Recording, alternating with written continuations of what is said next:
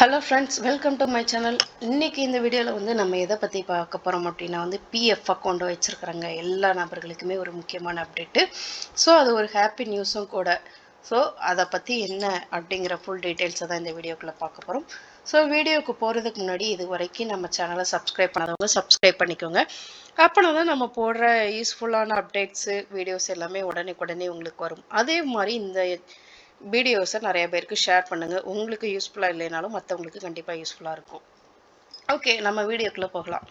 அதாவது PF account பற்றி நம்ம ஏப்ரல் 1 வந்து அமலுக்கு வருகிற விதிமுறையில் வந்து ஒரு விதிமுறை சொல்லியிருந்தோம்.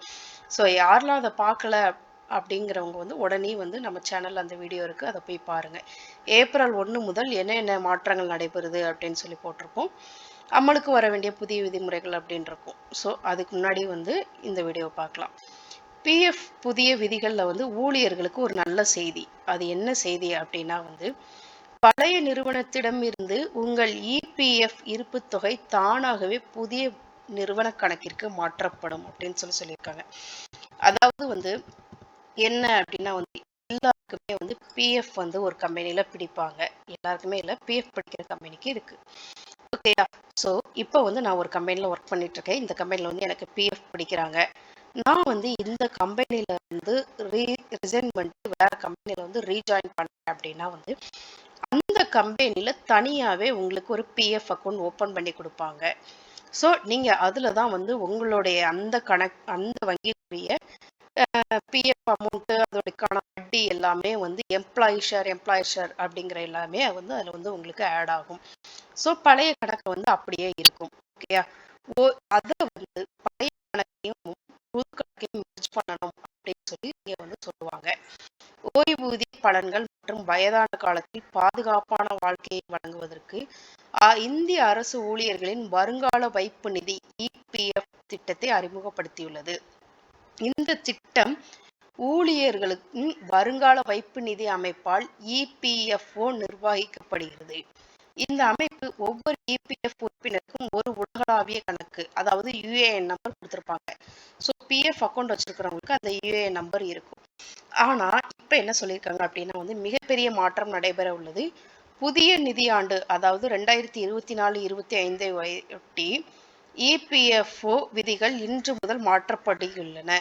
இதன்படி ஒருவர் பணி மாறினால் அவரது இபிஎஃப் கணக்கு தானாகவே புதிய நிறுவனத்திற்கு மாற்றப்படும்.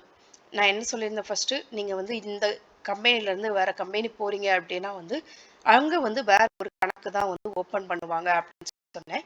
ஆனா இப்ப என்ன சொல்லியிருக்காங்க அப்படின்னா வந்து ஓல்டு இபிஎஃப் அக்கௌண்ட் வந்து நியூ இபிஎஃப் அக்கௌண்ட் கூட தானாவே மாறிடும் அப்படின்னு சொல்லியிருக்காங்க. இந்த இபிஎஃப் கணக்கை மாற்றுவது கணக்கு வைத்திருப்போரின் கோரிக்கையின் பெயரில் மட்டுமே செய்யப்பட்டது. அதாவது வந்து நீங்க வந்து ஓல்டு அக்கௌண்ட்டை நியூ அக்கௌண்டா, அதாவது அக்கௌண்டா சேஞ்ச் பண்றதுக்கு வந்து நீங்க வந்து ஃபார்ம் ஃபில் பண்ணி நிறைய ப்ரொசீஜர் இருந்தது. அதெல்லாம் வந்து இப்ப கிடையாது. ஆட்டோமேட்டிக்காவே வந்து நியூ அக்கௌண்ட் கூட மெர்ஜ் ஆயிடும் அப்படின்னு சொல்லியிருக்காங்க. கணக்கை மாற்றுவதற்கு எந்த விண்ணப்பிக்க வேண்டிய தேவையை இது நீக்குகிறது. அதான் நீங்க வந்து ஓல்டு அக்கௌண்ட்ல இருந்து நியூ அக்கௌண்ட் சேஞ்ச் பண்றதுக்கு விண்ணப்பிக்க வேண்டியது தேவையில்லை. இது வந்து இந்த நிறுவனம் வந்து நீக்குது அப்படின்னு சொல்லியிருக்காங்க.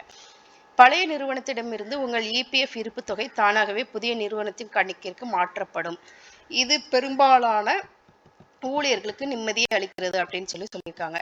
ஆனால் இந்த இடமாற்றம் குறித்து முழுமையான தகவல் இன்னும் இபிஎஃப்ஓவில் இருந்து வரவில்லை. மேலும் மாறும்போது கணக்கு இருப்பு மட்டும் மாற்றப்படுமா அல்லது கணக்கில் வட்டி வரவும் மாற்றப்படுமான்னு தெரியல அப்படின்னு சொல்லியிருக்காங்க.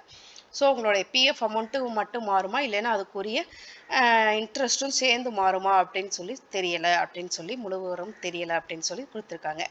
ஓகே ஃப்ரெண்ட்ஸ், இதுதான் வந்து இன்னைக்கான அப்டேட்டு. ஸோ எல்லாருக்குமே ரொம்ப யூஸ்ஃபுல்லாக இருக்கும்னு நினைக்கிறேன். நெக்ஸ்ட் ஒரு வீடியோவில் மீட் பண்ணலாம். Thank you, bye by.